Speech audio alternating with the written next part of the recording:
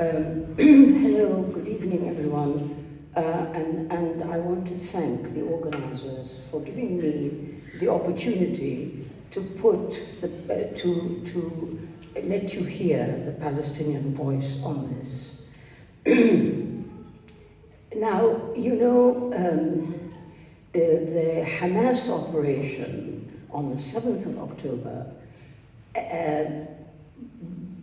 Hamas never could have anticipated, I don't think, what is happening. They have turned the whole situation upside down, and they have the ramifications, the implications of that operation are still being played out, and we haven't finished yet. I just want to say a few things about Israel. Israel has always been very adept at what I call framing. So from the beginning, when the Jewish state was being set up, they framed it with reference to the Bible, and created the idea that Jews actually were descended from the ancient Israelites, and they were only coming home. So that was the first lot of framing, and then it was succeeded by the Holocaust. So I don't have to remind you how much that featured in the discourse. And then the 1967 war was portrayed as a war of aggression against Israel. So they were the victims and the Arabs were the perpetrators. From that, they were able to do what they have done. And of course, we mustn't forget the most potent weapon they've been able to devise is the smear of anti-Semitism.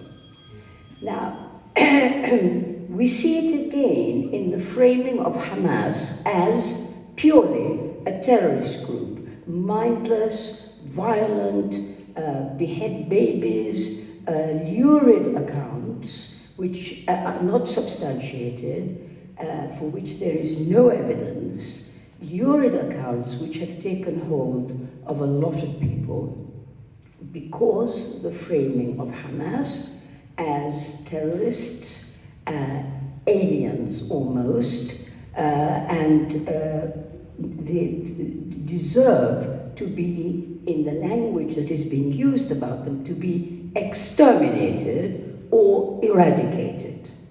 Now, each time Israel did that framing, it carried out more aggressive actions towards the Palestinians. And today is no exception. Now, what has really depressed me about this, and I know many of you must have followed what's happening, these recent events, what has really depressed me is the attitude of Western governments. Tariq already referred to that, and I want to confirm that it is the most depressing and disappointing spectacle of not only the leaders of Europe, our government, and most embarrassing of all, the sight of the US president, head of the most powerful country in the world, going cap in hand to the Israeli Prime Minister and begging and pleading to have something to show for his visit. How bizarre is this, and how disgraceful? In my own case, I arrived in this country as a refugee after 1948. And for a long time, I appreciated, my family appreciated the possibility of living here and myself and my siblings being educated here. We were not, though we were grateful, we never forgot that the British, or Britain, was the author of our tragedy in the Balfour Declaration. And I remember very well when I was a child, and I asked my father why, when we were in Jerusalem, we used to see lots of Jews. Now that we're in London and in Golders Green, which is where we lived, why are we living among Jews who've done us so much harm? I remember his answer. He said, I have nothing against the Jews. I'll tell you, if you have a house and you go to bed at night, leaving all the doors and all the windows open, and thieves and robbers come in, whose fault is it? Is it the fault of the thieves, or is it your fault for letting them in? And that has always stayed with me. Now, I know that time is limited, and I want to make a few further points. First of all, with reference to what is Israel's plan, I agree with Tariq. I think that's exactly their plan, and they are trying to pressure via the United States and via anybody they can find to force Arab leaders to allow an influx of refugees from Gaza. This is ethnic cleansing, and again, I give you a personal note on this. I was ethnically cleansed by Israel as it was being formed in 1948, because that's how we ended here. We ended up here. I don't want to see a second ethnic cleansing in my lifetime.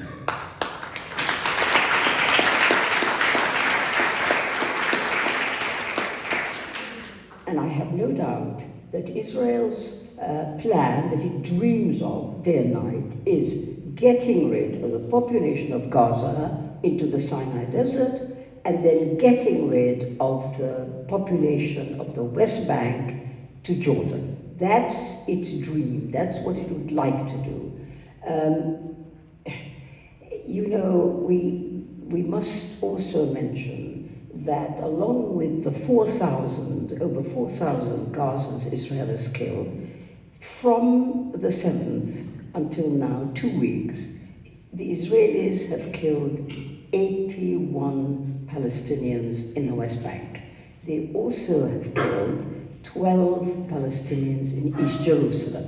So this is a widespread set of murders and killings by a state which our Prime Minister traveled to express the solidarity, Britain's solidarity with this regime, with this Israeli regime, and our opposition, the leader of the opposition, Keir Starmer, is on record as having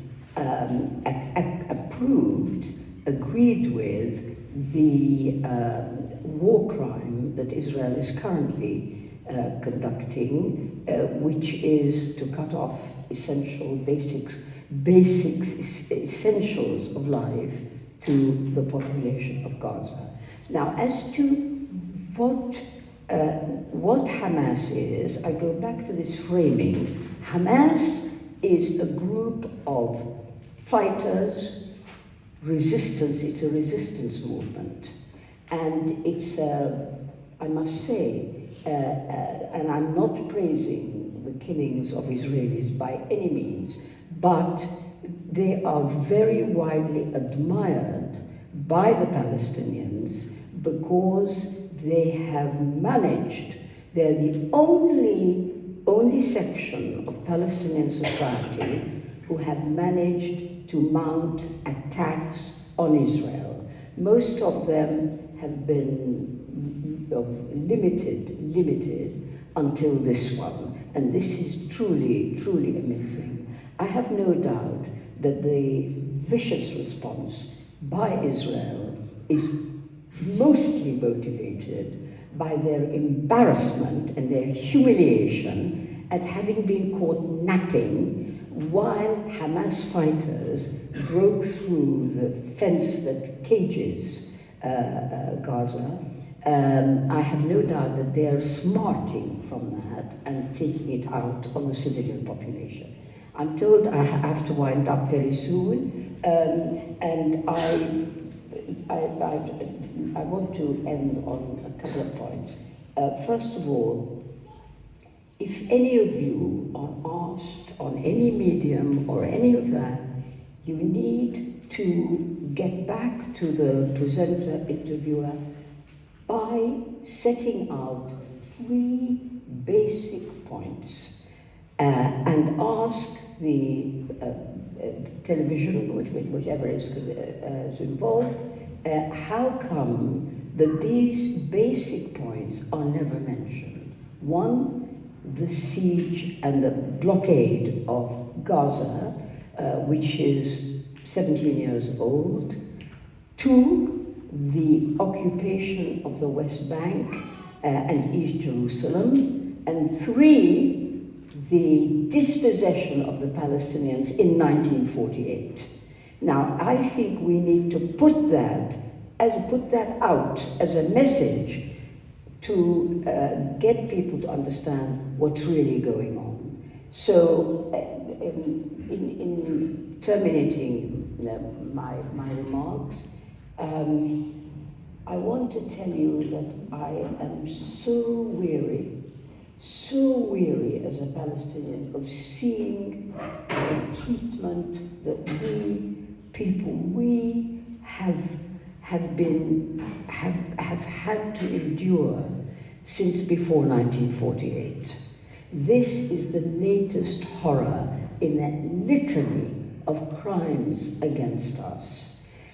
It has led me to believe genuinely that a lot of people don't consider us to be human beings.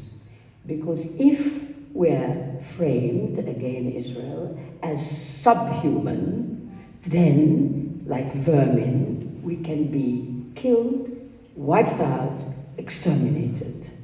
And that has to be fought all the time by people in solidarity with the Palestinians, who need not only to make these points to their MPs, to the churches, to whoever they're in contact with, but also to march in support of Palestine tomorrow. I have it on good authority that 250,000 people are expected on the march tomorrow. I hope all of you will join us.